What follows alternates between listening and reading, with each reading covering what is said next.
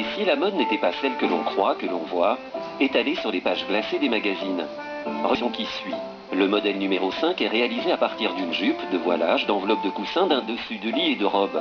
Ces 35 pièces uniques qui ont défilé à la Cité de la Mode sont l'œuvre de couturières qui travaillent dans des chantiers d'insertion aux 4 coins de la France. Quand du jour au lendemain, votre entreprise elle est délocalisée, c'est pas aussi simple que ça de changer de métier à 58 ans. C'est-à-dire qu'on essaye de prendre tout ce qu'elle porte en elle, tout ce savoir-faire, mais de le transférer vers un autre secteur d'activité qui va leur servir en fin de compte.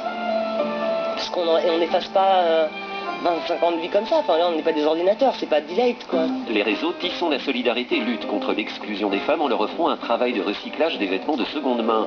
La genèse de cette opération, Laure du Pavillon, ex-grande communicante de la Maison Lacroix, a ouvert une association dont le but est de créer des liens entre le luxe et le monde associatif.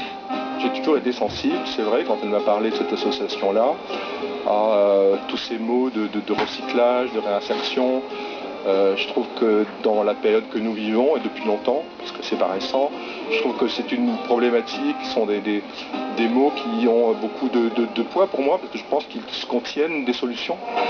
Elles défilent et elles ne sont pas que des exécutantes. Leur créativité s'exprime autour des thèmes classiques, jour, cocktail et soir. Ma maman était couturière, ma grand-mère était couturière, et mon arrière-grand-mère faisait des caleçons pendant la guerre pour les soldats. Il faut que je couse tous les jours.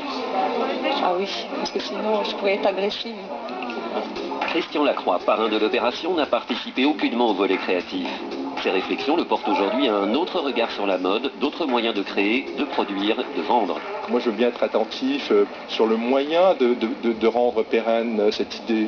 Que vraiment cette idée de boutique, d'une griffe dans la belle, je ne sais pas comment on peut l'appeler, d'une marque, puisse exister. Moi sinon je ne serais pas là si je ne pensais pas que ça peut être vraiment, pas une solution, mais un moyen à la fois de les réinsérer, de recycler et que d'autres s'habillent comme ça. Une griffe faite exclusivement de produits recyclés, comme ce modèle numéro 26 réalisé à partir de toiles à matelas et de voiles de mariée. Et pour vous Christian, quel présent, quel avenir? Je me retrouve beaucoup au théâtre, je continue à faire mes hôtels, des musées, et ça suffit à remplir des grandes journées.